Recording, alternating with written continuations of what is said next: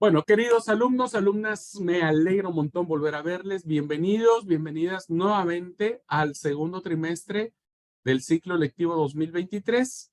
Gracias a Dios, estamos por arrancar una nueva aventura de enseñanza, de aprendizaje que tiene que ver con el texto sagrado. A partir de esta clase, hasta que terminen su preparación en el seminario, estaremos abordando todo lo que tiene que ver con el texto bíblico, todo lo que tiene que ver con este libro que, como vimos en la materia de historia de la Biblia, tuvo su propio proceso sui generis de creación y que creemos que Dios en su misericordia lo ha ido preservando hasta nuestros días. Así que bienvenidos a su clase de introducción al Antiguo Testamento. Yo sé que muchos cuando hablan o escuchan hablar del Antiguo Testamento ya hay un prejuicio, ¿no?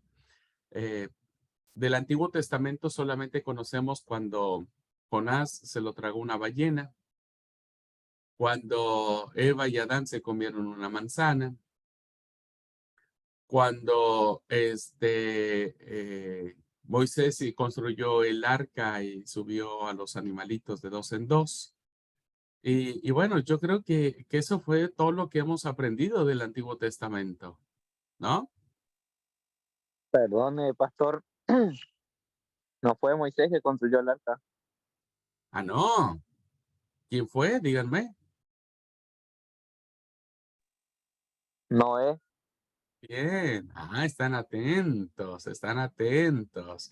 Pero también les dije dos mentiras más y ustedes no dijeron nada, ¿eh? Tengo ¿Mm? el cerebro congelado todavía. Ahí les caché. Yo les dije dos mentiras más. ¿Pueden ¿Y identificarlas? quién le dijo a usted que era una manzana lo que comió Adán Muy y Eva? bien, perfecto. Falta una. Falta una.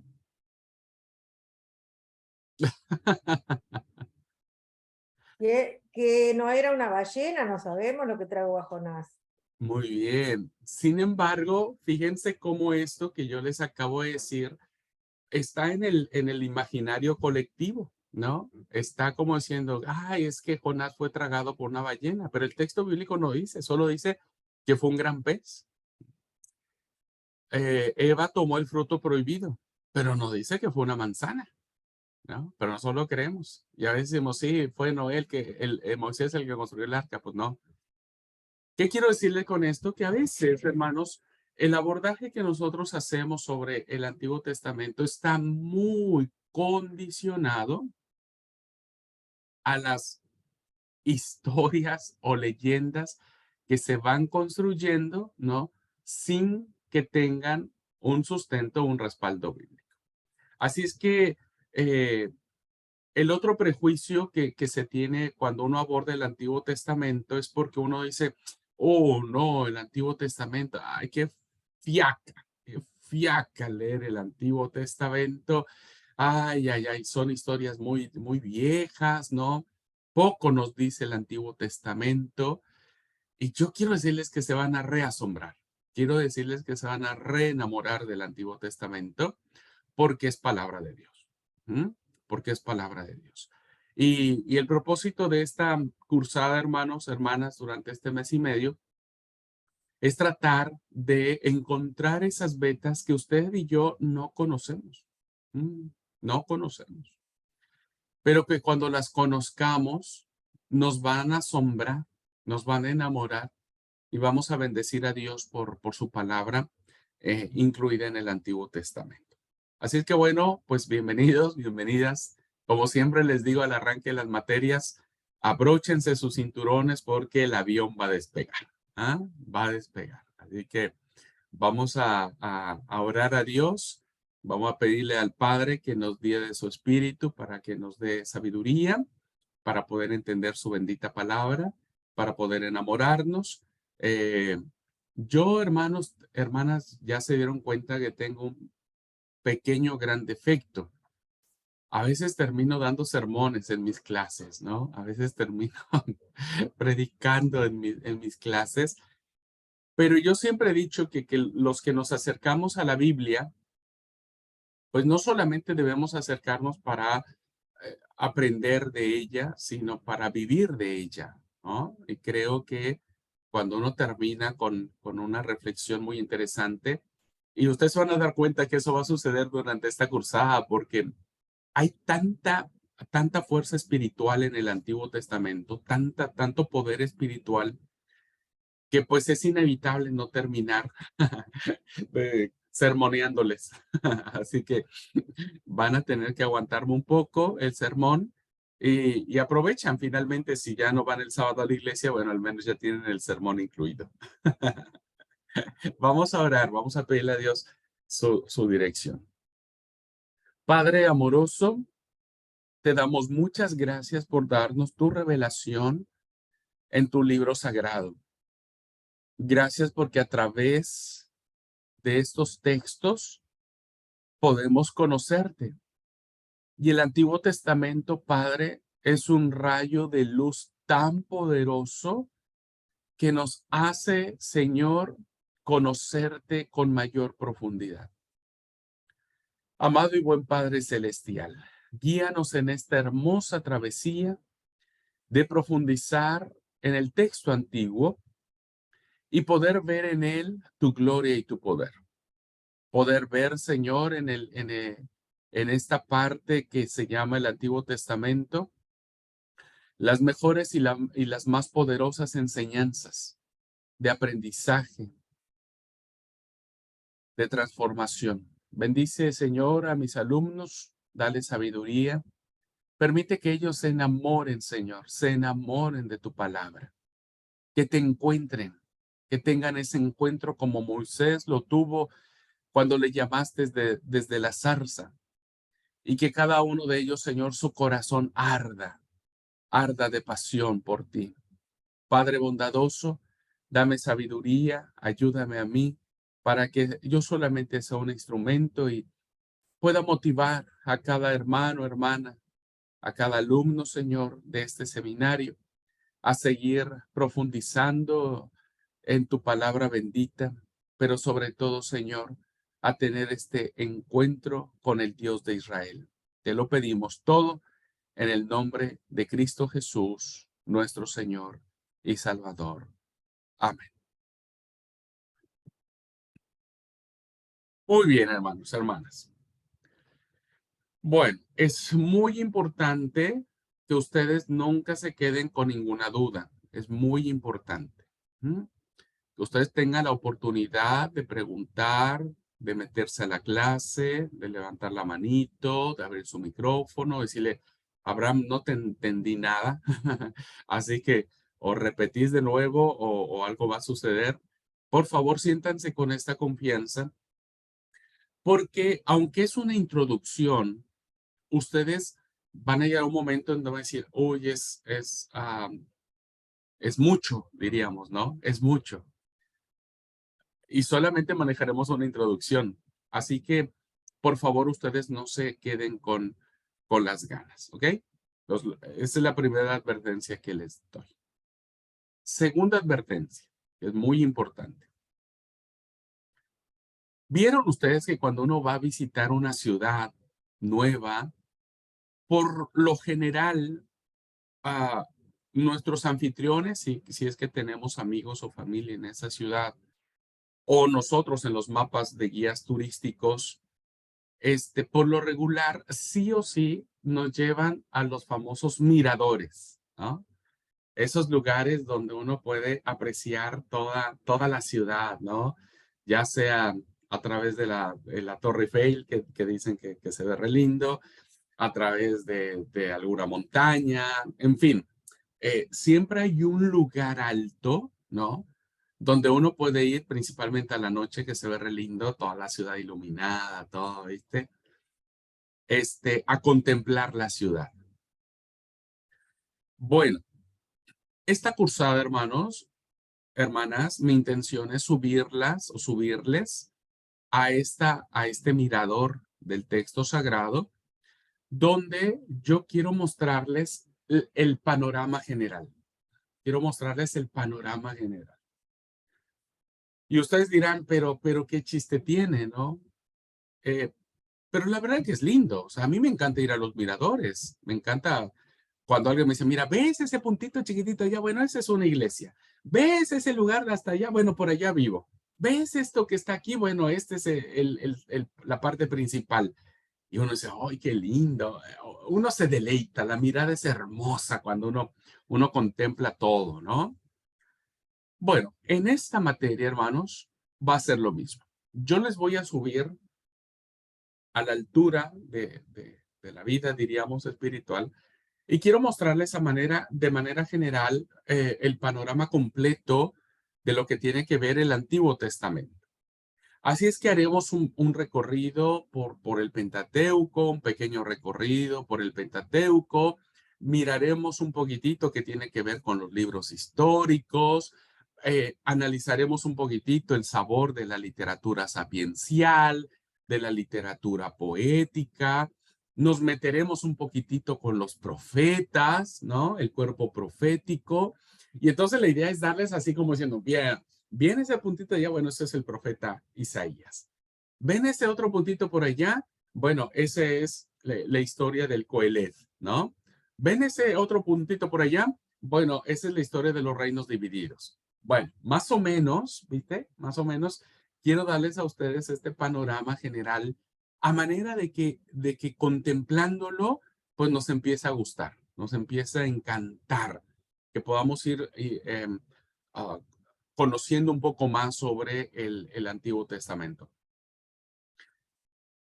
Sé que muchos de ustedes van a estar tentados a preguntarme alguna de las cosas que uno tiene curiosidad sobre el Antiguo Testamento, ¿no? Por ejemplo, el primer año me dijo una de sus compañeras, Pastor, ¿con quién se casó Caín?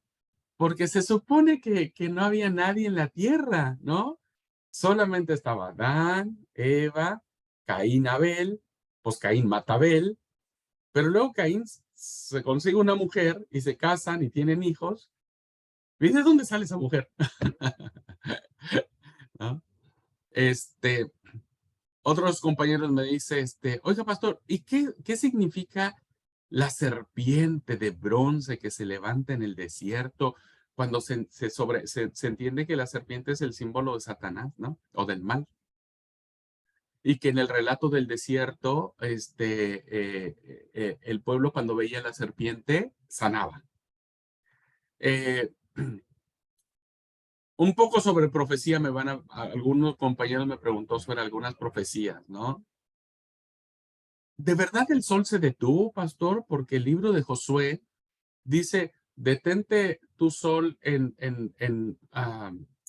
Maglón y tu luna en Agilón, ¿no? Y entonces dice que el sol se detuvo. Entonces uno dice, bueno, ¿de verdad se detuvo?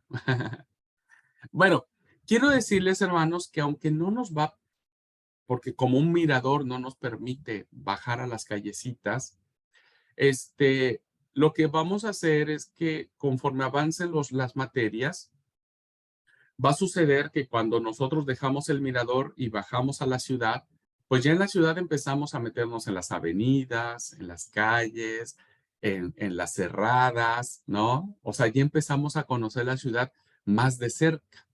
Bueno, eso va a suceder cuando analicemos en profundidad el Pentateuco, cuando analicemos en profundidad los libros históricos, y ahí yo les prometo que voy a explicarles algunas cositas. Ajá. Les voy a explicar algunas cositas. Ah, pero como dicen en mi tierra, hermanos, si se portan bien, algo les voy a decir en esta clase. Algo les voy a compartir, ¿ok? Muy bien, entonces, para que ustedes no se sientan tentados a meterse a las calles, ahora primero vamos a contemplar el panorama. Después nos iremos metiendo en estos aspectos. Pastor, ¿quiénes eran los gigantes que aparecen en el relato del Génesis, no? Y vieron los hijos de Dios que las mujeres de los hombres eran bellas y las tomaron para sí, tuvieron hijos y crearon gigantes. ¿Qué onda con eso? Oh, y yo siempre les digo a mis alumnos, pues ni yo sé. Así es que No tengan mucha esperanza de que yo les platique todo. También tengo muchas limitaciones. Muy bien. Bueno, esa es la segunda apreciación que voy a darles. Tercera apreciación. Y esto para mí es muy importante que ustedes lo tomen en cuenta.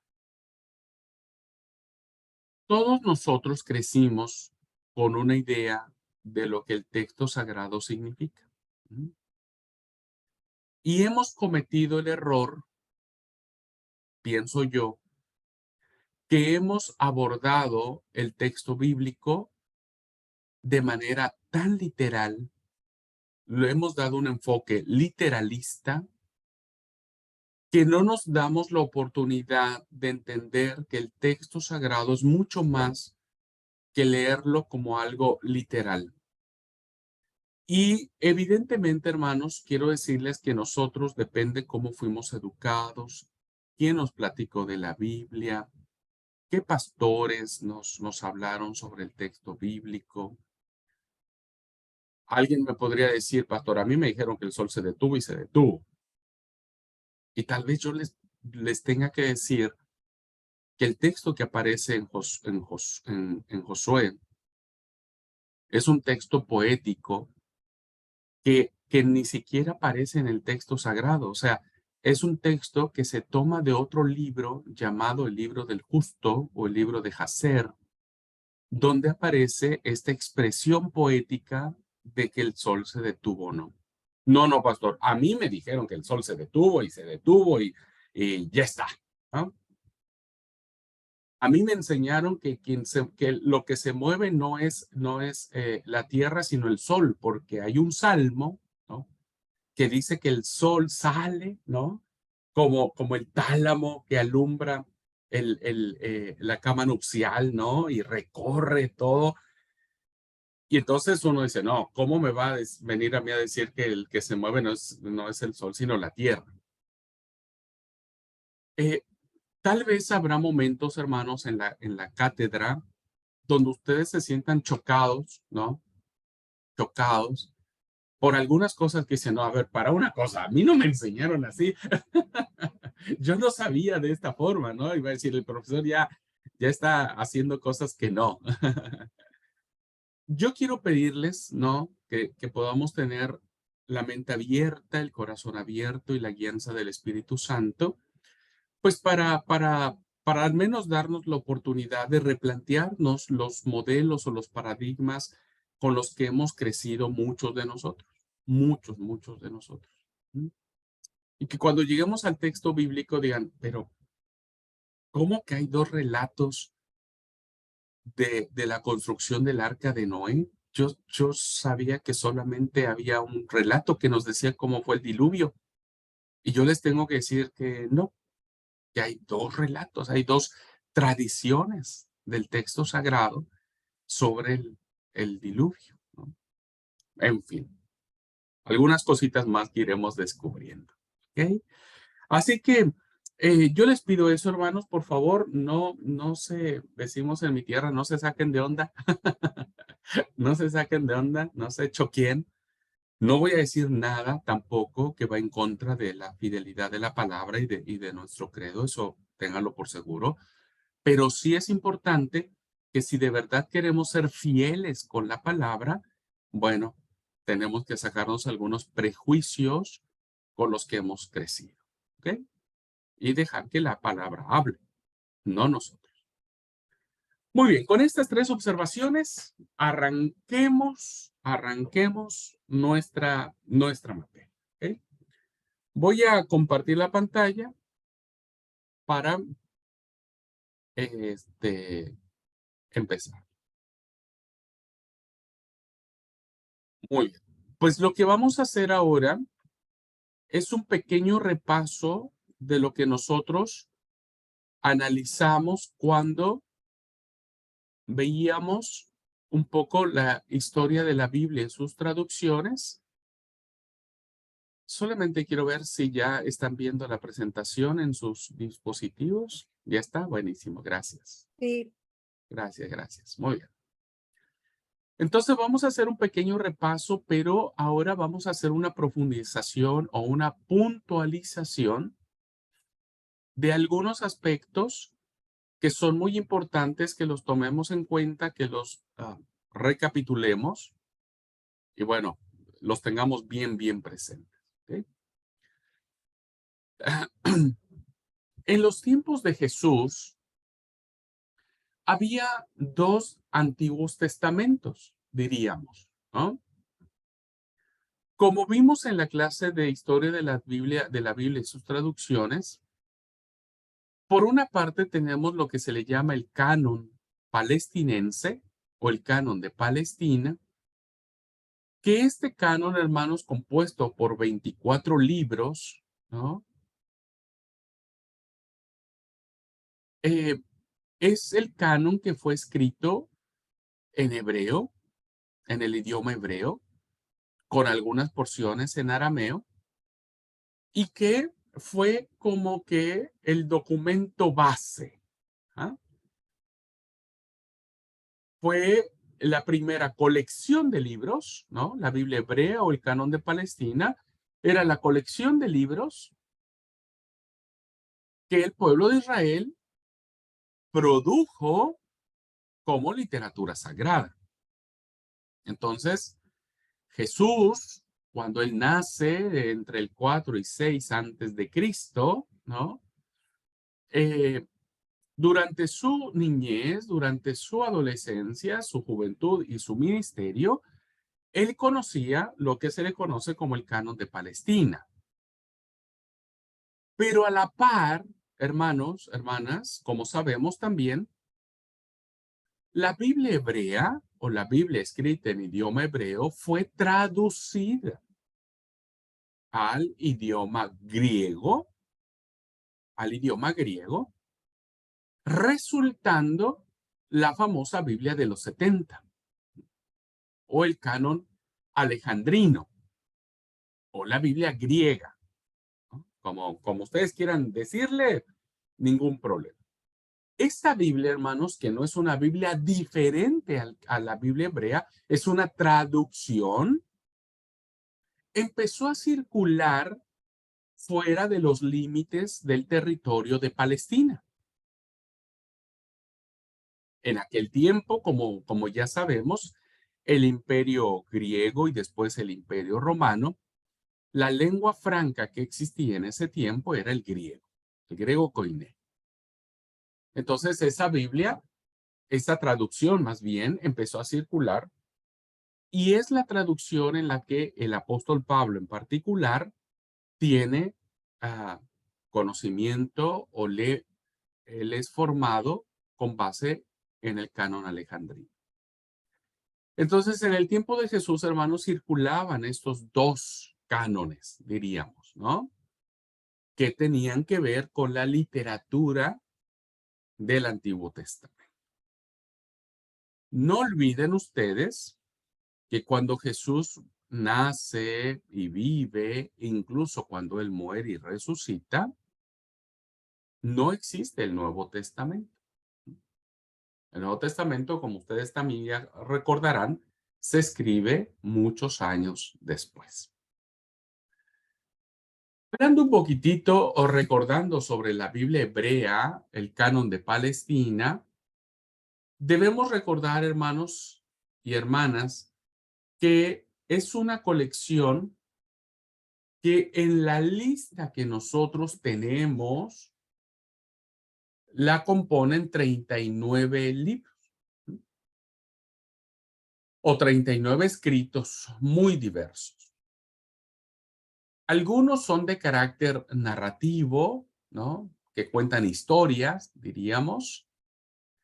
Y esas historias, algunas son más de carácter histórica, ¿no?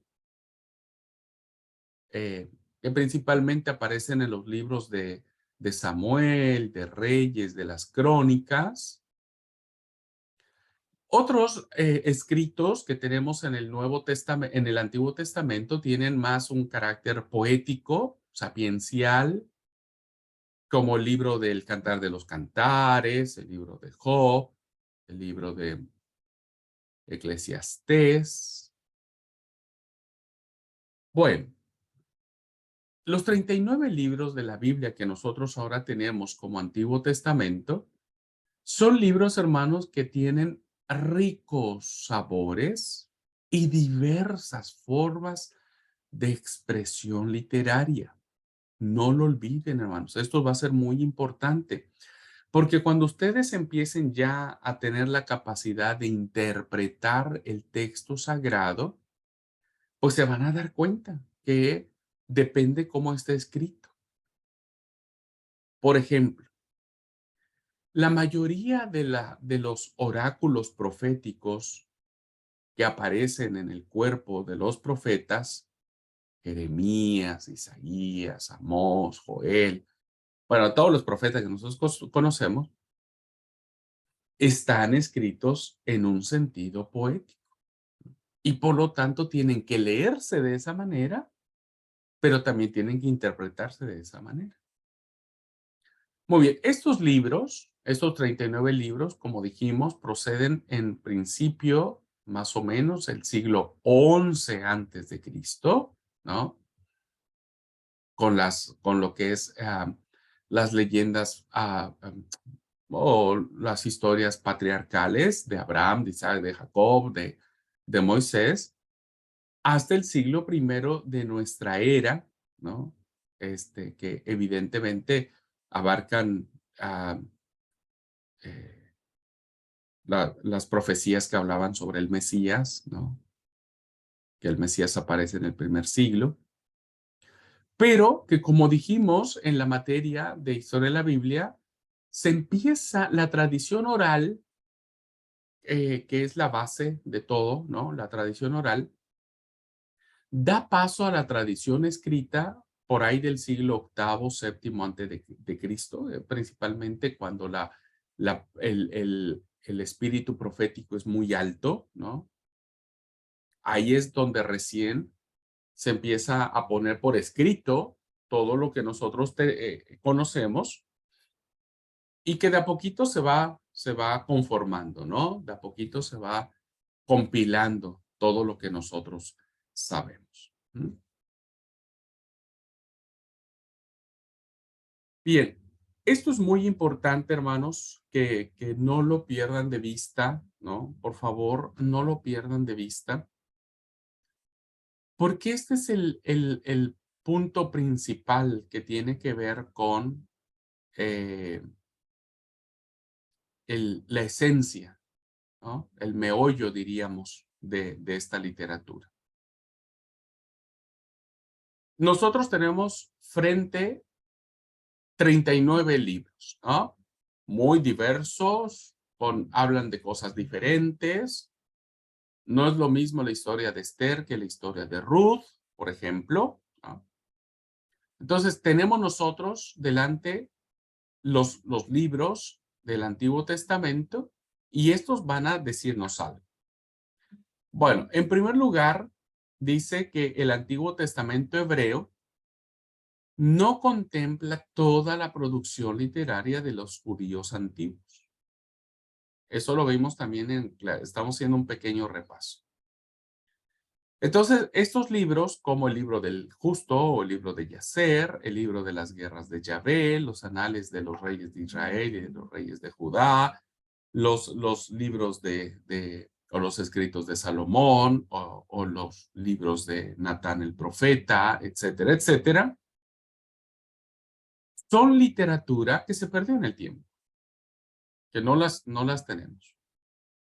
Pero que muchas de estas cosas que aparecen ahora en nuestra Biblia, en esta Biblia que ahora nosotros consideramos como palabra de Dios, aparecen escritas, pero que fueron tomadas de otros libros, de otros libros.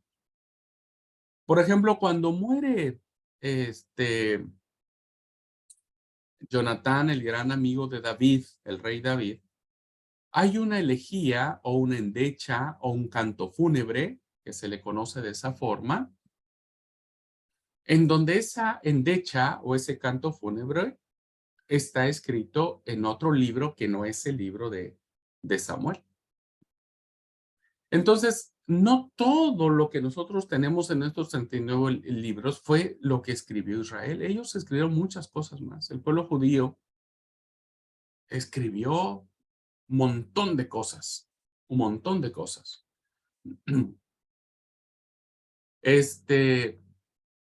Y entonces lo que vemos es lo que ha sobrevivido en el tiempo. ¿Ah? Entonces, primero, estos 39 libros no refleja todo. ¿Qué decía el libro del justo? No tenemos la más pálida idea, más que estas pequeñas referencias que tenemos en la Biblia, pero no sabemos más. Ahora, un segundo punto que reflejan los libros del Antiguo Testamento.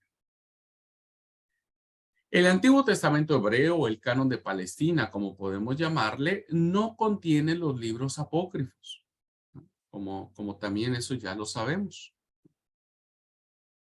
que fueron escritos del siglo III, siglo II antes de Cristo, en la época griega, pero que no se consideraron como inspirados. ¿Alguien me puede decir algún libro apócrifo que recuerde? Macabeos. Macabeos, ¿Alguien Tobías. más? Tobías, Tobías, Judith, Judith, sabiduría, el de sabiduría, el eclesiástico, el de Ben Sirac. Todos estos libros, hermanos, no fueron incluidos como palabra de Dios. ¿Por qué, hermanos? Cuéntenme, ¿alguien sabe la razón? Permiso, Sí, porque fueron escritos en griego ok, y se aceptó en el canon solo en hebreo y parte del libro de Daniel en arameo, es lo muy que me bien, acuerdo. muy bien. Sí, ese fue uno de los criterios, ¿no es cierto? Hay otros más, pero este es un criterio muy válido, ya que esta literatura que se escribe en esta época intertestamentaria que se le conoce, fue escrito en idioma griego. Por eso es que, entre otras cosas, evidentemente, no fueron considerados parte del canon bíblico. Muy bien, perfecto. Entonces, aquí hay otra literatura muy valiosa, ¿eh? Déjenme decirles que yo, no es que haya leído yo todos estos libros apócrifos, sinceramente no, pero me ha cautivado la lectura del libro de los Macabeos. Así que, como dijo Martín Lutero, Lutero decía, estos libros no son palabra de Dios, pero son muy útiles, son muy provechosos, su lectura es muy provechosa. Entonces, esta literatura nos ayuda a entender qué pasó con el pueblo judío durante ese tiempo de la época griega. Muy bien. ¿Qué otra cosa, hermanos? ¿Qué más refleja los libros del Antiguo Testamento? Esta selección de libros o escritos se hizo desde la fe y para la fe. Acuérdense, estamos haciendo un pequeño repaso, pero esto es muy importante que lo sepan. ¿Por qué? Porque toda esta literatura, ¿no? Se ha desarrollado, todas estas historias, todo esto que inicia con un hombre llamado Abraham, y que pasa por Isaac, Jacob, sus hijos, José, etcétera, etcétera, etcétera. Todas estas historias que nosotros vemos a partir del Antiguo Testamento se hacen desde la vivencia de la fe que tuvieron todas esas personas para poder comprender a Dios. Entonces, en la manera en que todos estos personajes bíblicos, ¿no? Que nosotros conocemos, Josué, los grandes jueces como Sansón, como Ahod, como Jefté, como Gedeón, los grandes reyes de Israel como Saúl, David, Salomón, etcétera, los grandes profetas, todos ellos, hermanos, escriben sus historias a partir de la experiencia que ellos tienen de Dios. Por eso se dice que es una literatura que se hace desde la fe, su propia experiencia.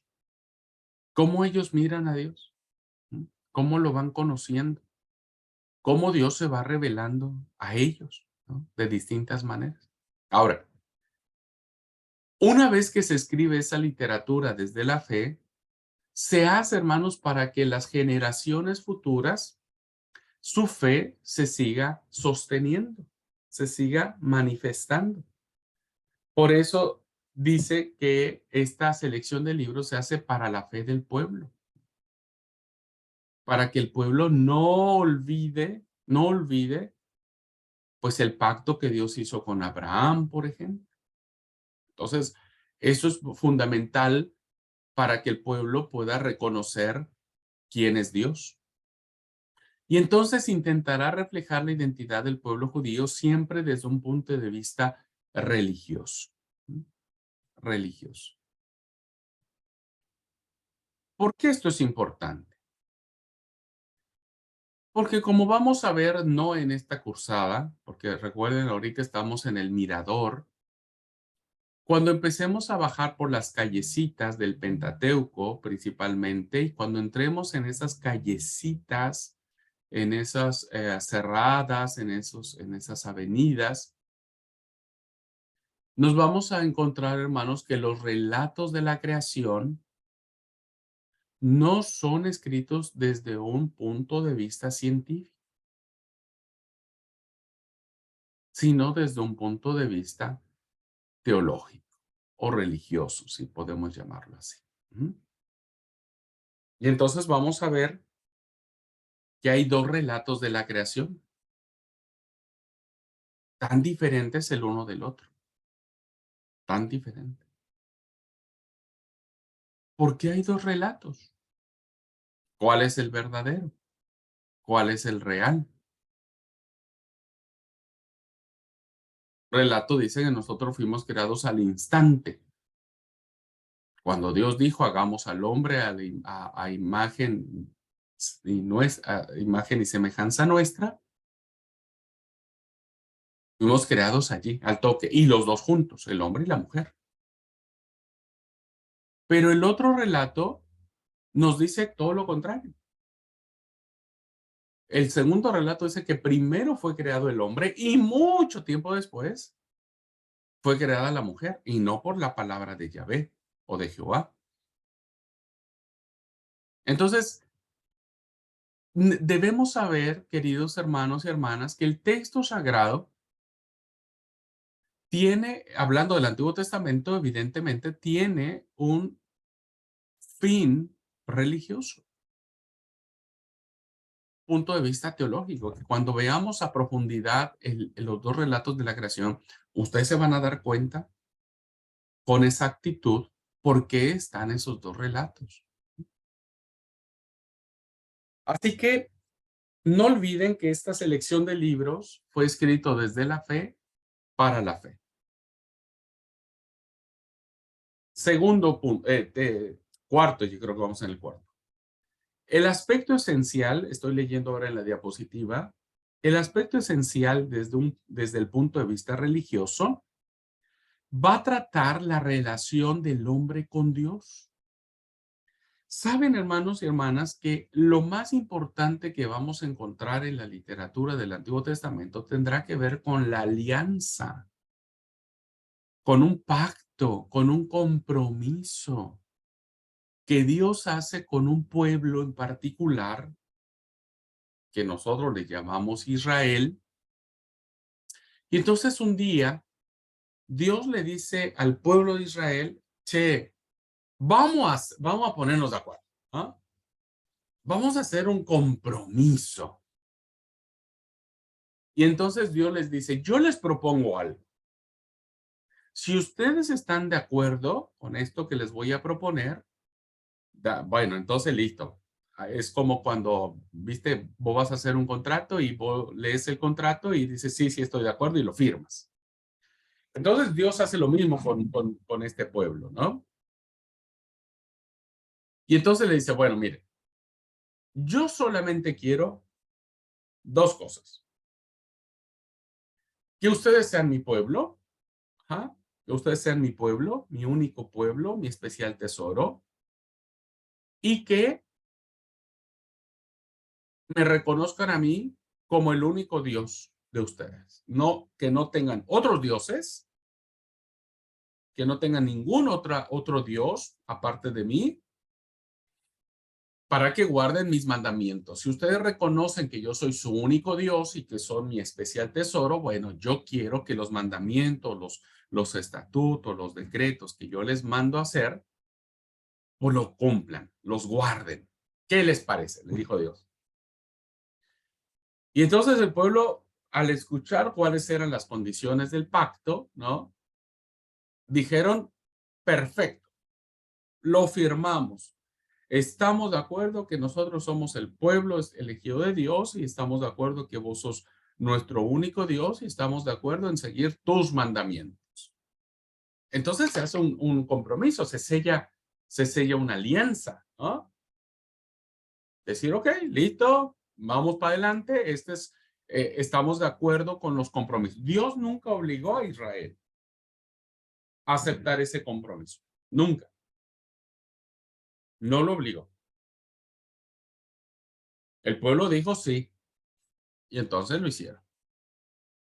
Así que lo que vamos a ver, hermanos, desde Abraham, pasando por todos todo lo que tiene que ver con Israel, hasta los profetas, la labor de los profetas, va a ser que Dios siempre le va a recordar a este pueblo diciendo, pero ¿por qué ustedes siguen otros dioses falsos? ¿Por qué están adorando a Baal si habíamos quedado en un principio que ustedes no iban a tener otros dioses? ¿Por qué le adoran a Astaroth? ¿Por qué tienen ídolos pequeños, escondidos en su casa?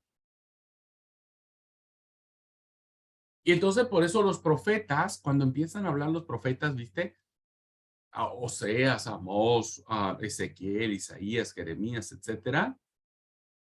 El reproche que le hacen los profetas al pueblo es, dice, ustedes han abandonado el pacto que Jehová hizo con sus padres.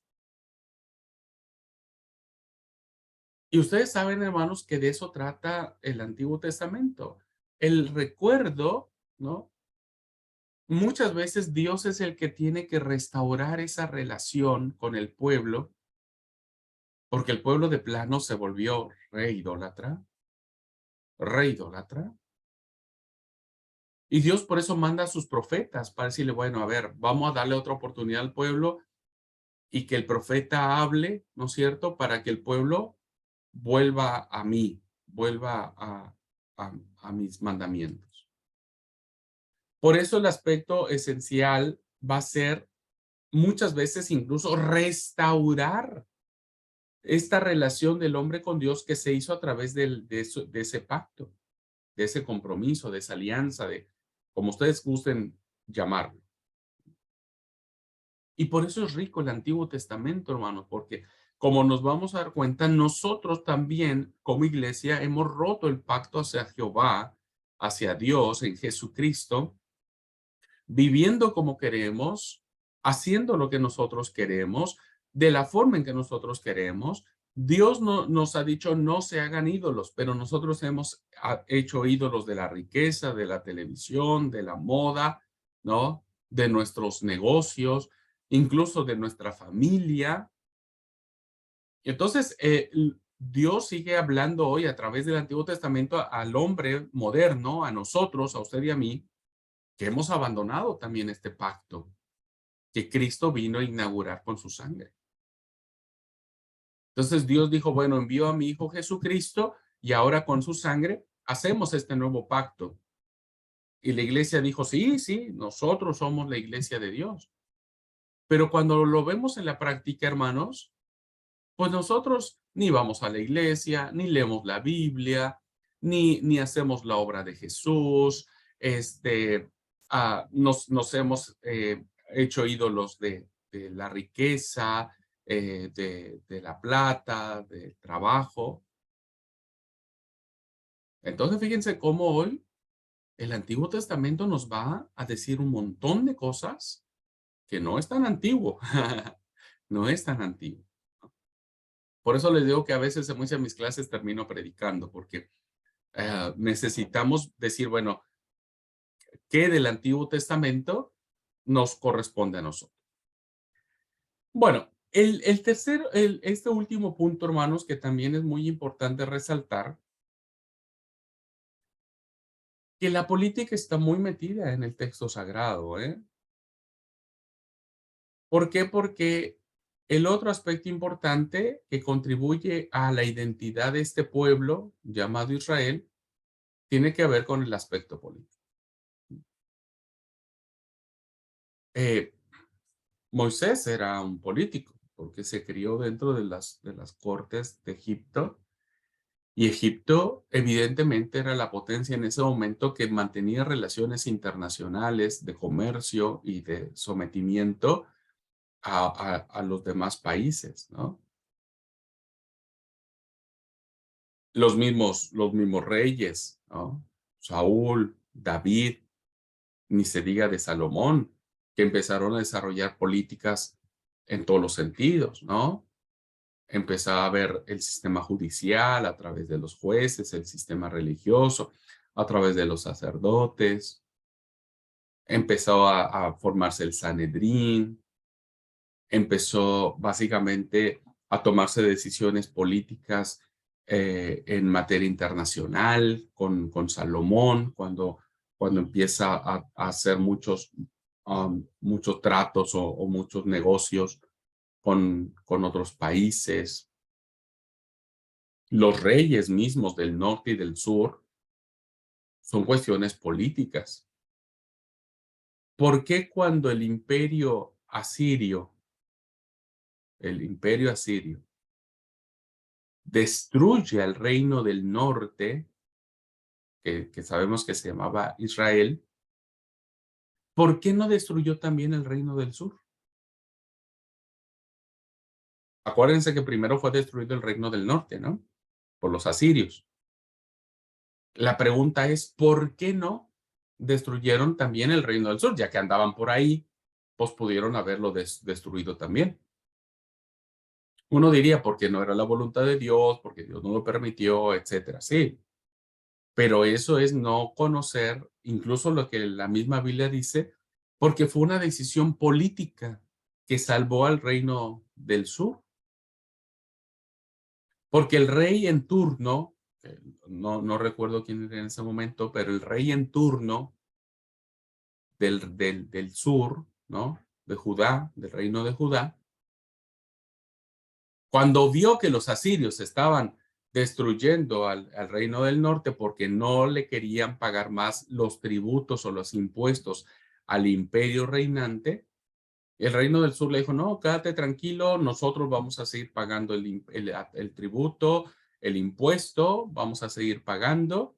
Y entonces esta decisión política de seguir pagando los impuestos al imperio detuvo que los asirios dijeron, ok, bueno, si estos quieren seguir pagándonos, no los destruyamos. Por eso es que nos destruyeron al reino, por una cuestión política. En fin, es muy interesante este punto. ¿Eh? Bueno, dos cositas más. ¿Qué reflejan? Estamos viendo qué es lo que reflejan, qué es lo que transmiten los libros del Antiguo Testamento.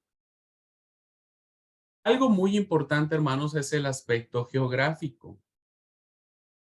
Ustedes saben que en la actualidad al lugar donde está Jerusalén se le conoce como la Tierra Santa. Tierra Santa. Y esta Tierra Santa que se le llama, pues evidentemente es el lugar donde las tribus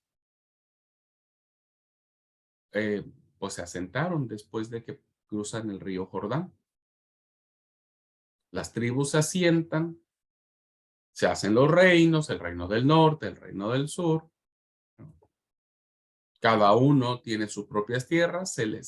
Acuérdense que a José no se le da tierra, se le da tierra a sus dos hijos. a Efraín y a Manasés.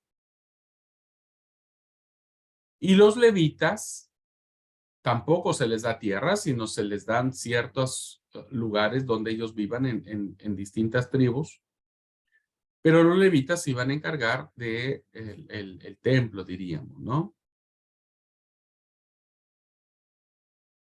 Bueno, esta tierra, hermanos, que ha sido altamente codiciada por muchos siglos,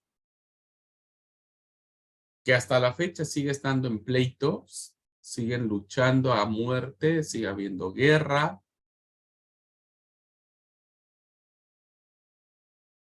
Por conquistar esa tierra santa.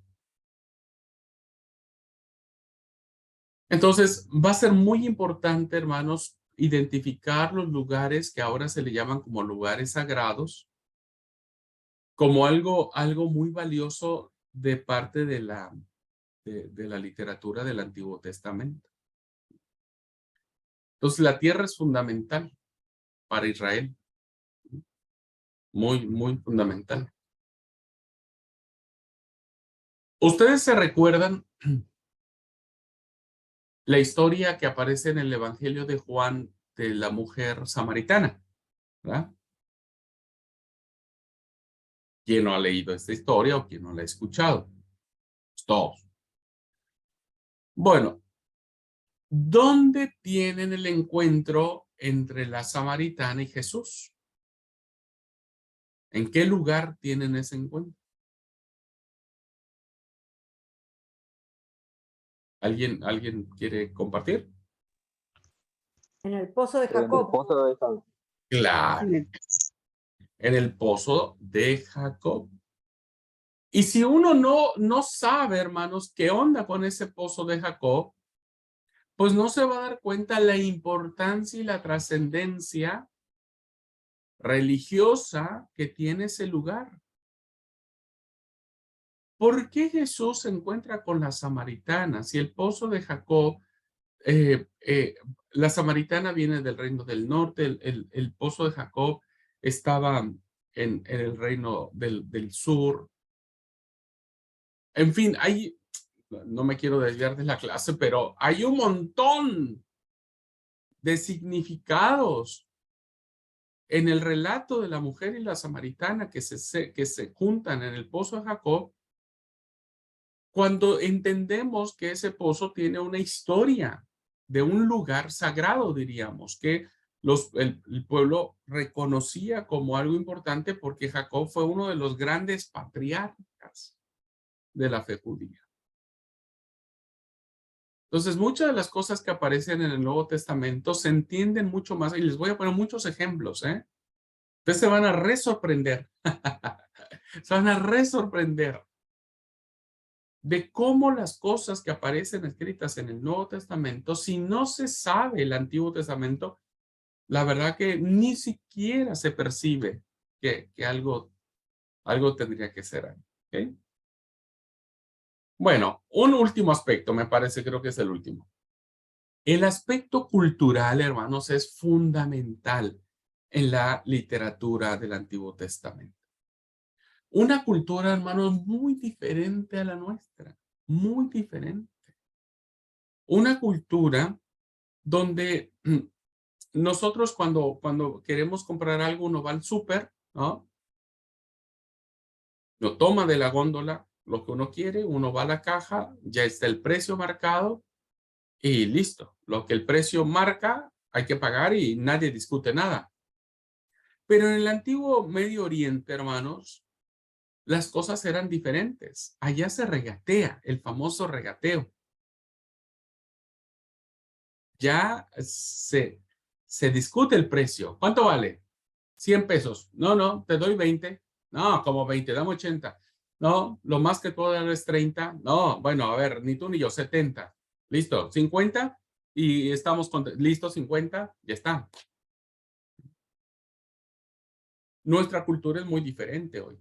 Nadie va al súper y dice, che, aquí dice que la leche vale, no sé, 300 pesos. Te voy a dar 150 pesos. Nadie. Es muy interesante y es muy rico, hermanos, muy rico el tema de la cultura que es reflejada en el Antiguo Testamento.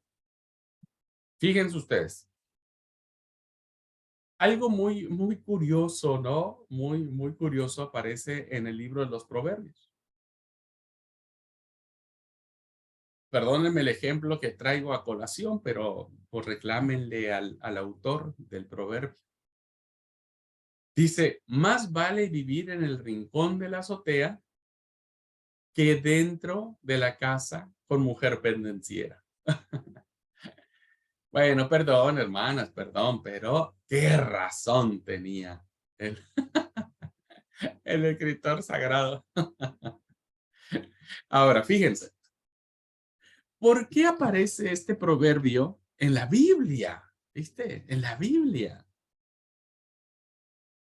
Porque evidentemente es un proverbio que nace de la experiencia, que nace del mirar. Entonces, pudieron pasar dos cosas. Una es que el autor de este proverbio, su esposa era re complicada. Esa típica esposa que, ay, le taladraba la cabeza y le decía y ya lo tenía fastidiado. Y entonces el esposo dijo, ¿sabes qué? Yo me voy a ir a dormir a otro lado, pero la verdad es que no te aguanto, no te soporto. Entonces el tipo se iba, ¿viste? Al techo de su casa, ahí donde no podía escuchar los gritos de su mujer. Y decía, ay, qué paz. Ay, santa paz. No toca aguantar acá, ¿no?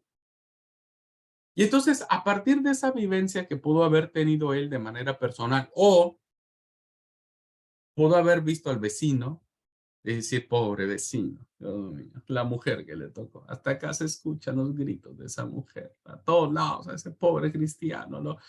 Ay, ay, ay, ay, ay. Y un día vieron al vecino arriba de la azotea y el que escribió este proverbio dijo, bien ahí, o sea, qué bueno que te fuiste a la azotea de tu casa porque ahí vas a estar mucho mejor. Ya sea que haya sido por una vivencia personal del autor o porque lo haya visto de otra persona, este proverbio nace de la experiencia. Y hoy muchos maridos decimos amén a este proverbio. Lo bueno que mi mujer no está muy cerca de acá de mi clase, si no alguien sabe, me va a mandar a dar la clase en la azotea de la casa. Más vale vivir en el rincón de la azotea que dentro de la casa con mujer complicada. ¿No? No sé cómo diría en otras versiones, la verdad que no estoy recordando, pero pues algo así como media complicada la esposa. Pero era cultural, ¿no?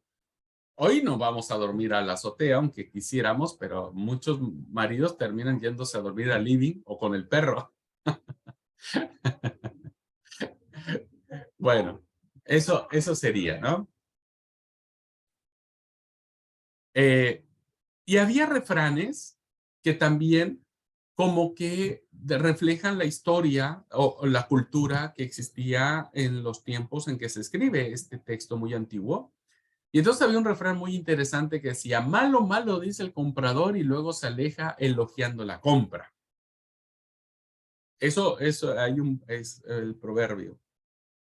Ahora les digo la cita. Bueno, y si no, ustedes búsquenlo. Les doy de trabajo para que busquen dónde está ese proverbio. Bueno, en este aspecto del regateo, ¿no? En este aspecto del regateo, pues resulta que alguien iba a comprar algo y iba a decir, no, vos me pedís 100 pesos, pero mira, esta cosa ya ni anda, ya ni sirve esto. No, esto no vale 100 pesos, che, pero ve lo que me estás vendiendo. Es ya algo inservible. No te voy a dar 100 pesos, te voy a dar 60 pesos por esto, que mira, ya es casi una porquería. Y el tipo que le vende, está bien, listo, ya, nada, lleva, dame, no me des 60, dame 70. Bueno, dale, te doy 70. Entonces, cuando ya lleva el artefacto, ¿viste? O lo que compró, va diciendo, le le engañé a este tipo, porque esta cosa está muy buena. La verdad que está muy buena y me lo dejó bien barato el precio, ¿no? Así que por eso el refrán era, dice, malo, malo, dice el comprador. Oh, qué mal está esto. Pero cuando ya se va, elogia la compra diciendo, oh, me aventé un poroto, ¿no? Me metí un gol de media cancha porque adquirí algo muy barato cuando sé que está muy bueno. Bueno, estas actitudes, hermanos, que no tienen nada de santo, que uno dice, bueno, ¿y eso qué tiene que ver con la santidad de Dios, con las grandes teofanías, con la revelación del Sinaí, de un montón de cosas? Uno piensa, ¿qué tiene que ver esto, no? ¿Dónde le ves lo santo a una, ¿cómo es? A un trueque o a una venta de esta manera? Bueno, uno lo ve o uno lo tiene porque evidentemente forma parte de la cultura. Entonces, la Biblia, hermanos, también refleja ciertas costumbres, ciertas tradiciones, ¿no? Que uno ya no tiene. Y también, hermanos, no solamente hay proverbios, no solamente hay refranes, sino también hay canciones, ¿no? Y principalmente el Cantar de los Cantares trae canciones de amor, ¿no? Oh, doncellas de Jerusalén, díganme dónde está mi amado. Si ustedes lo ven, díganle por favor que estoy enferma de amor. Eso dice el Cantar de los Cantares. El hombre decía, oh, amada mía, doncella mía, paloma mía. Y la novia le contesta, mi amado es mío y yo de él. O el de si él me besara con los besos de su boca, sería más delicioso que la miel. Son canciones que reflejan un amor, ¿no? Un amor erótico, un amor sexual, un amor cargado de pasión, de deseo, ¿no? Mi amado metió su mano por la cerradura y sus dedos gotearon mirra. Es una alusión a una intimidad, a un acto sexual maravilloso, de un deseo, ¿no? Que el libro del Cantar de los Cantares no fue muy aceptado tan prontamente precisamente por esta carga erótica de intimidad sexual, porque bueno, pues dijeron, ¿cómo en la Biblia vamos a leer cosas así, no? ¿Cómo es? Cuando hace una descripción de de todo el cuerpo de la mujer, ¿no? Pasado por sus cabellos, sus ojos, su nariz, su boca, su cuello, sus senos, su parte íntima. Cómo hace toda la alusión el Cantar de los Cantares y de manera tan hermosa, tan poética, tan santa, diría yo, ¿no? Refleja el aspecto de que Dios bendice. Por eso hay un coro en la composición literaria del libro del Cantar de los Cantares que dice, vengan, beban y embriáguense de amor, amigos míos, ¿no? Que muchos han interpretado este coro que aparece en el libro como la invitación de Dios diciendo, yo estoy de acuerdo con lo que ustedes están haciendo, porque evidentemente la sexualidad dentro del marco del matrimonio es santa, es sagrada y es para el disfrute, ¿no? Y es para el gozo y es para todo lo que significa la intimidad sexual. Así que bueno, esto es lo que refleja, hermanos, el Antiguo Testamento, ¿no? Si se dan cuenta, son muchas más de las cosas que uno podría pensar que era. Y como punto final, tenemos que dejar de espiritualizar la Biblia, porque esa es la tendencia que tiene todo el que ve el texto bíblico de manera literal. Debemos dejar de espiritualizar la Biblia y entender que la Biblia está todo aquello que refleja la identidad del pueblo de Israel desde el punto de vista, como hemos dicho, desde el punto de vista de la fe. Así es que vamos a encontrar relatos que son muy chocantes, hermanos, muy chocantes, como el descuartizamiento de la concubina de Levita, que desmembra el cuerpo en 12 partes. Vamos a encontrar relatos que tienen que ver con guerras civiles internas entre hermanos, diríamos, ¿no? De las tribus de Israel. Vamos a ver corrupción, relatos de corrupción muy, muy feos, ¿no? O relatos de idolatría, un montón de cosas. Pero que yo voy a enseñarles algo muy importante para esto. Mucha gente dice, no, yo no estudio el Antiguo Testamento porque me da miedo, porque el Antiguo Testamento se refleja un Dios vengativo, un Dios iracundo, un Dios que tiene sed de venganza, un Dios que mata a todos, que mata a niños, jóvenes, ancianos, mujeres. Y entonces, ¿cómo es que ese Dios existe? Bueno, ya vamos a darle respuesta a esas situaciones. ¿Ok? Muy bien. ¿Preguntas, hermanos? ¿Preguntas, comentarios? Vamos a parar aquí un poquitito. ¿Preguntas, comentarios? ¿Vamos bien? Muy Sí, bien. ¿Seguros? Recuerden que luego en el examen yo ya no estoy ahí para decirles nada, hermanos.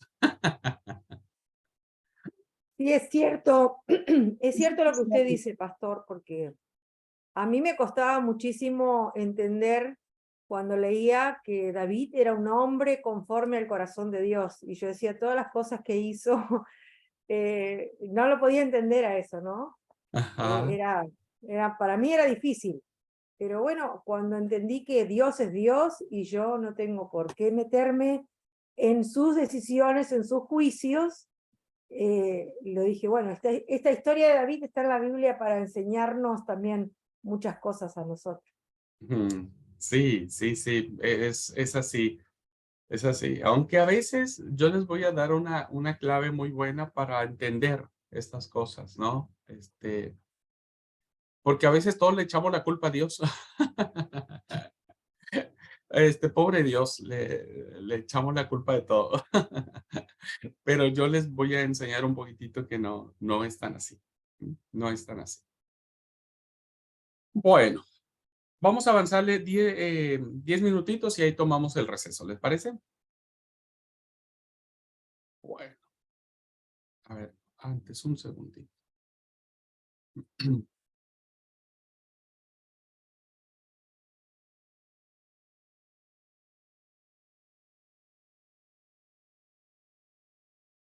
Sí, vamos a avanzar. Vamos a terminar esta parte y luego nos vamos al receso.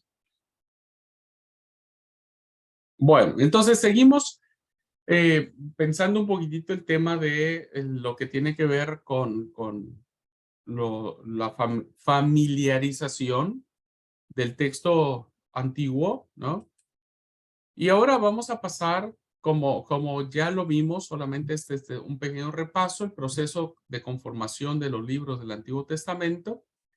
Bueno, estos tienen inicio en el siglo V antes de Cristo, ya cuando se empiezan a ya tener con mucho mayor claridad y con mucho mayor precisión los aspectos que ahora nosotros los tenemos, como el Pentateuco, como el libro de los profetas, como los libros históricos y como los famosos escritos, ¿no es cierto? Que, que aparecen. Así que bueno, para esa fecha ya hay una conformación muy interesante que tiene que ver con los libros del Antiguo Testamento. Bueno, conociendo también un poco, hermanos, la Tanakh, como dijimos, ¿no? La Biblia hebrea está compuesta por la Torá, que tiene que ver con la ley, los 5 primeros libros de la Biblia, Génesis, Éxodo, Levítico, Números y Deuteronomio. Luego vendrían los Nebijim, que se compone por los profetas anteriores y los profetas posteriores. Respecto de los profetas anteriores, tenemos a Josué, Jueces, Samuel y Reyes. Son los libros de los profetas anteriores. Los profetas posteriores tendríamos a Isaías, a Jeremías, a Ezequiel y a los 12 profetas menores, ¿no? Y tenemos los Ketubim, que son los escritos, ¿m? E iniciamos con los Salmos, Job, Proverbios, Ruth, Cantares, Lamentaciones, Eclesiastés, Esther, Daniel, Esdras, Nehemías y el libro de las Crónicas. Entonces, bueno, esto ya también lo vimos en la clase de Historia de la Biblia, la Tanaj, cómo está compuesta por la Torá, los Nebijim y los Ketubim, que vendrían a ser la ley, los profetas y los escritos. Okay, esto ya lo vimos también. Luego, hermanos, sabemos que los criterios de selección que hubo, ¿no?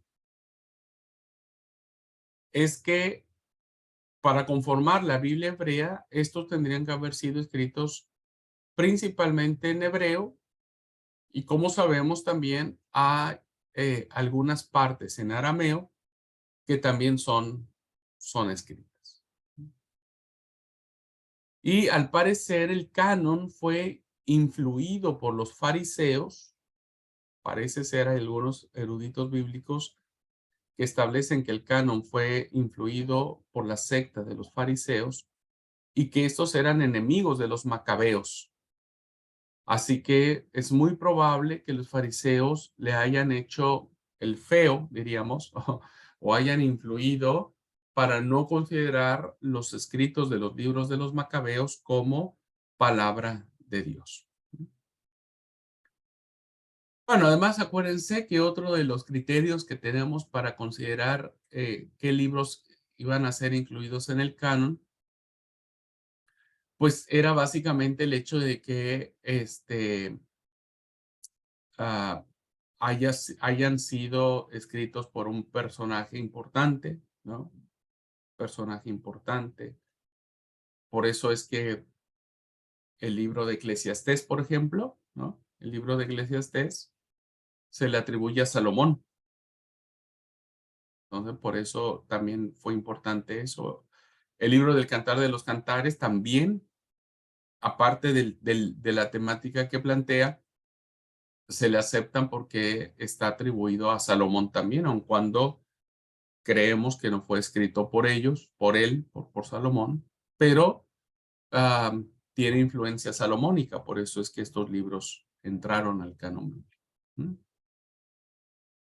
Y otro aspecto, hermanos, no olviden que otro aspecto era que según los judíos, ¿no? El espíritu profético, el espíritu de profecía, se termina en la época de Esdras Nehemías, ¿no? Se termina en la época de la restauración del segundo templo. Entonces ahí ya no hay más profecía, no hay más espíritu, etcétera. Entonces, como que ahí se cierra el canon, diríamos, ¿no? De hebreo, el canon hebreo, perdón.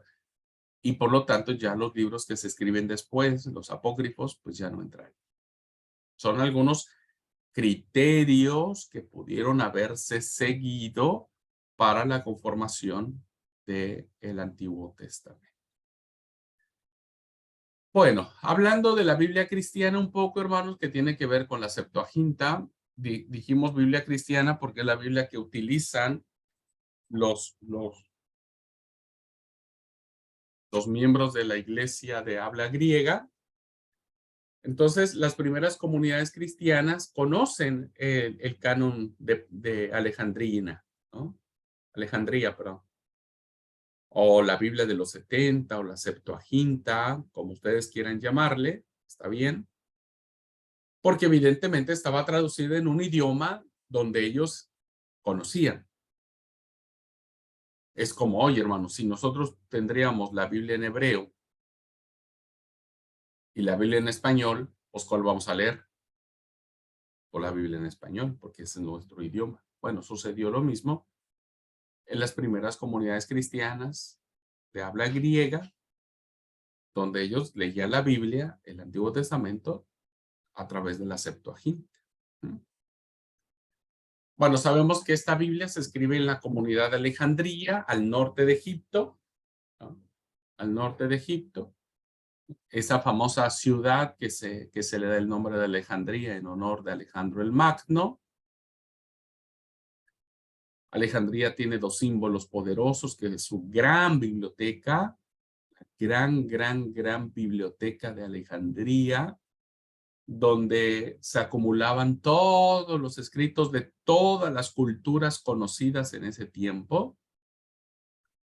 Como la ciudad de Alejandría, hermanos, es una ciudad portuaria, es decir, es una ciudad que está cerca del mar o a orillas del mar, pues venían muchos viajantes, muchos, de todas las partes del mundo. Entonces, la Biblioteca de Alejandría se constituye con base en todos esos escritos que traen de muchas partes del mundo, y por eso fue famosísima, ¿no? La Biblioteca de Alejandría. Incluida la Biblia hebrea, ¿no? Incluida. Y tenemos también el famoso Faro de Alejandría, como otro símbolo. Bueno, Lutero, como dije, fue el que dijo que habría que tener solo la Biblia hebrea, pues era inspirada por Dios.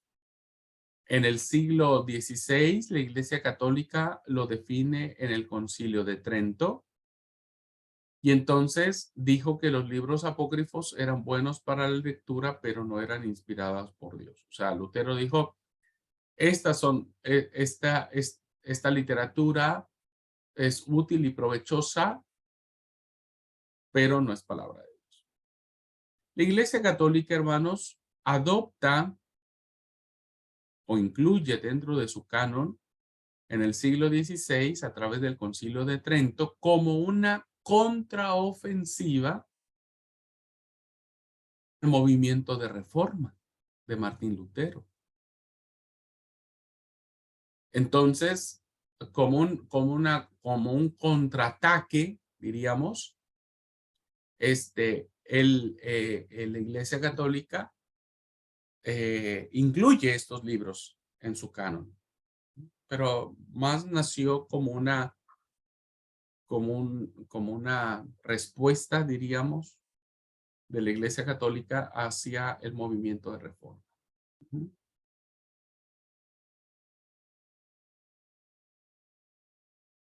Bueno, ¿qué diferencias hay entre la Biblia hebrea y la Biblia cristiana y católica?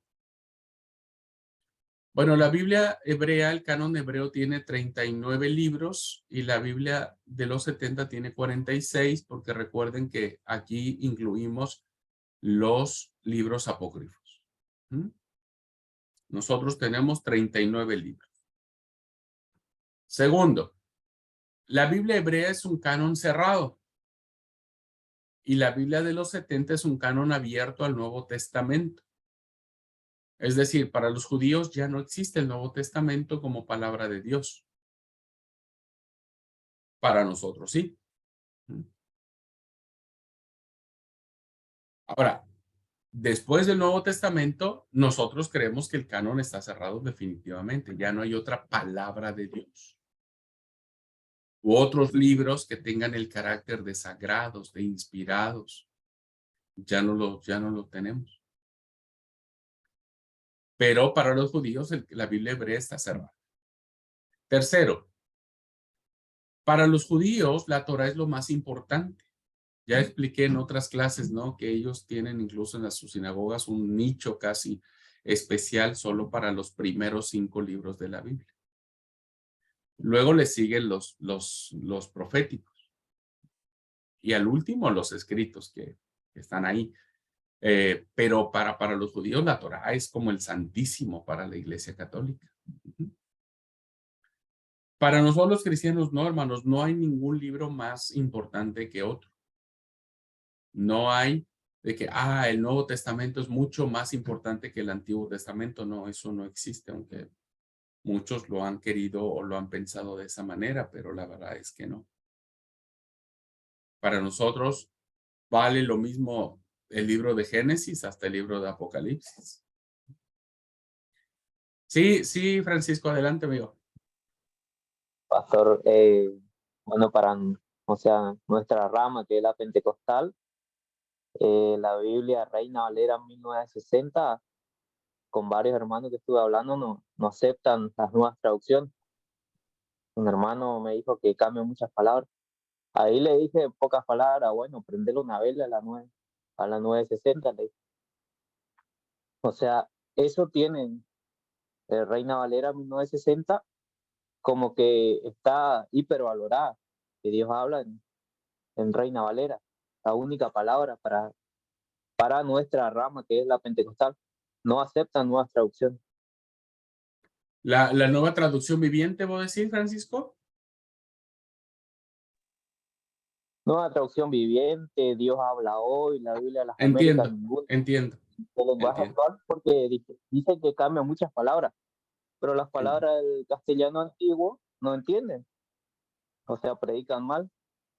Claro, claro, claro. Sí, sí, amigo, sí. Esto es muy interesante. Y fíjate que no solamente para ustedes en la rama pentecostal, sino incluso también para nosotros, como Iglesia de Dios, en algunos lados, en otros países de donde nosotros estamos, muchos fuimos educados así como siendo que la Reina Valera es la única, ¿viste? La única. Y la 60. Incluso muchos en su desconocimiento, ¿no? En su ignorancia, diríamos, no saben que durante muchos años la traducción más fuerte y la más valorada era la 1909, ¿no? La 1909. Pero después se instala la 1960. Yo incluso sigo usando la 1960, la Reina Valera, para mi liturgia, para la iglesia, pero hubo incluso momentos en donde la iglesia nuestra, diríamos, de la iglesia de Dios, decía, no, nosotros solamente reconocemos la Reina Valera 1960 y listo, no, cuidadito con que leas otras traducciones. Gracias a Dios hemos crecido en esta concepción, ¿no? Y nos damos cuenta que hay que conocer la historia de las traducciones.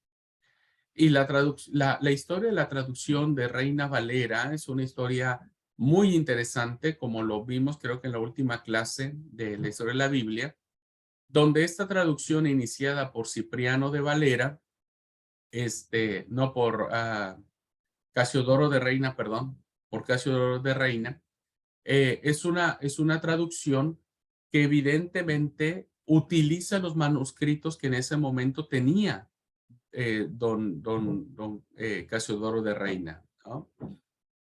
Luego, y que por cierto tiene un trasfondo católico, es lo que a veces mucha gente no sabe, porque eran monjes católicos, ex monjes católicos, ¿no? Tanto Casiodoro de Reina como Cipriano de Valera.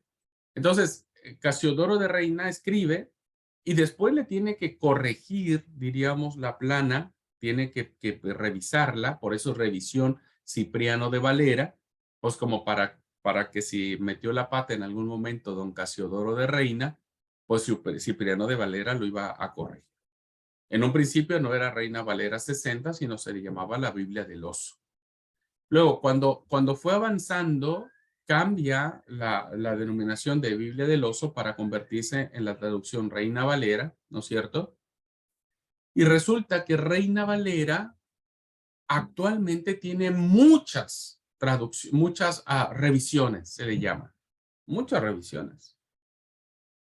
Entonces, si vos comparás Reina Valera 1909, Reina Valera 1960 y Reina Valera 2011, creo que es la última revisión, a menos que me equivoque, es probable que me equivoque yo, no sé, pero ponele 2011, te vas a dar cuenta que hay diferencia en significados y que ahora la 2011 ha cambiado muchas palabras que ya no aparecen en Reina Valera 60. Entonces, como bien lo planteas, mi querido Francisco, hemos hipervalorado y hasta idolatrado, me atrevería a decir, idolatrado una sola traducción, ¿no es cierto? Sin conocer todo lo que tiene que ver con la historia de las traducciones, ¿no?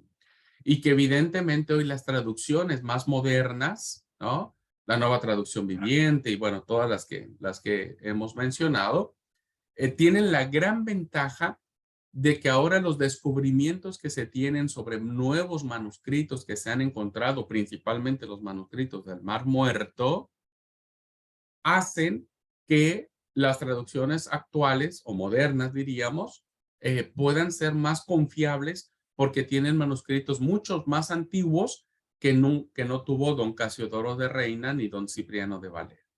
Así que por ese lado creo que nosotros no deberíamos casarnos, si se puede valer la palabra, casarnos con alguna traducción, sino siempre consultar algunas otras. Para la lectura personal, para la liturgia en lo particular, yo sigo valorando Reina Valera 60, ¿no? Es con la que predico, es con la que hablo, pero como bien decís, hay muchas palabras que aparecen en la Biblia. Si yo no las leo en otra traducción, pues no lo entiendo, ¿no? No se entienden esas palabras que aparecen en 1960. Así que bueno, gracias por el aporte, mi querido Francisco. Bueno, los judíos, hermanos, le dan un valor muy importante al Levítico porque está centrado en el culto que se lleva a cabo en el templo. Entonces, para ellos el Levítico es más importante. Y pues la Biblia hebrea fue escrita en hebreo, la Biblia cristiana en griego y bueno, la católica incluye los libros apócrifos. Bueno. Esto ya lo vimos también, hermanos, cómo llegan los libros a nuestras manos a través de los manuscritos, a través de los códices, que son ahora ya tenemos códices mucho más antiguos que los que antes tenía don Cipriano, don Casiodoro de Reina y don Cipriano de Valera. Hoy tenemos casi 200 manuscritos datados del 250 antes de Cristo al 135 antes de Cristo. Entonces, al ser manuscritos más antiguos, son más fidedignos, diríamos, ¿no? No son los originales, pero sí los más fidedignos. Bueno, hay 3 códices que fueron escritos por ambas caras. El Códice de los Profetas del Cairo, datado en 1895. El Códice de Alepo en el 930 y el Códice de Leningrado en el 1000. Que este códice tiene todo el Antiguo Testamento. Bueno, eso lo vimos ya. Y finalmente, antes de irnos al receso para terminar esta presentación, vamos a ver 3 cositas que nos va a plantear, hermanos, la lectura del Antiguo Testamento. No las voy a resolver ahora, es propósito de la clase y lo resolví. Primero, el primer problema que nos plantea ya nos lo platicó Marianela en su testimonio cuando decía, me fue muy difícil entender la actitud de un personaje muy importante como fue el rey David y que se haya convertido en asesino, en adúltero, en 1000 cosas, ¿no? Bueno, el primer problema que vamos a enfrentarnos y que tenemos que dar una respuesta es que en la Biblia no hay santos. Más bien todos tienen sus fallas, tienen sus pecados. No solo David, todos, hermanos. No hay uno que escape, ¿no? No hay uno que escape. Algunos sus historias quedaron grabadas o quedaron plasmadas por escrito, como las de Abraham, como las de Jacob, el gran engañador, ¿no? El patriarca Jacob era el engañador por excelencia. Hay otros que, como no quedaron escritas sus historias en la Biblia, pues no las sabemos, pero seguramente tuvieron también sus propias flaquezas. Pues, ¿cómo encarar eso, no? ¿Cómo ver? Hay un ateo, Russell se llama, que dice, yo no puedo creer en la Biblia si la Biblia está llena de sinvergüenzas proxenetas. Y sí, o sea, la Biblia está llena de historias de hombres y mujeres de muy mala calaña o muy mala reputación. Ya lo vamos a encarar, ¿ok? Vamos a ver los valores del Antiguo Testamento y los vamos a encarar. Lo segundo es la imagen de Dios. ¿Cómo entender este Dios, no? Que manda a asesinar, a matar, a destruir, a arrasar a mujeres, niños, ancianos, a gente indefensa, ¿no? ¿Cómo entender este Dios que es iracundo, que se enoja, que es muy cruel, diríamos, ¿no? O sea, ¿cómo entenderlo? Por eso mucha gente decía, no, yo no creo en la Biblia porque la Biblia es un libro donde presenta un Dios re mal. Bueno, vamos a encararlo también. Tenemos que dar una respuesta ante esto, ¿no? ¿Por qué aparece esta figura de Dios de esta manera en el Antiguo Testamento? Y finalmente, hermanos, algo muy importante es que tenemos palabras de hombres en la Biblia. Ya les voy a explicar esta gran verdad. Solo se las voy a decir.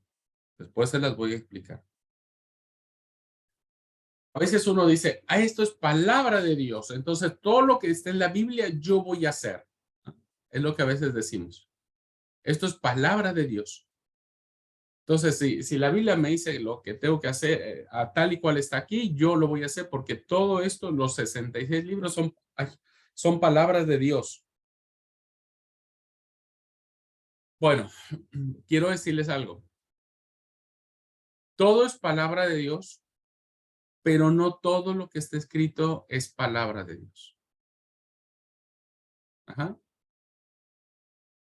Todo es palabra de Dios, pero no todo lo que está escrito es palabra de Dios. ¿Ok? Solo se los voy a dejar así. Y a partir de esta concepción que les estoy dando, vamos a entender un montón de cosas que aparecen en la Biblia. Es la palabra de Dios, pero no todo es palabra de Dios. No todo lo que está escrito es palabra de Dios, sino es palabras de hombres. ¿Ah? Palabras de hombres. Que eso ya lo estaremos explicando. Pero serán los tres grandes desafíos que vamos a afrontar en la lectura del Antiguo Testamento. Muy bien. Antes de irnos al receso, hermanos, ¿alguna pregunta? ¿Se va entendiendo? Todo muy claro. Muy bien, muy bien. Bueno, pues arrancamos lindo entonces. Vamos a tomar 10 minutitos de receso y volvemos a la clase.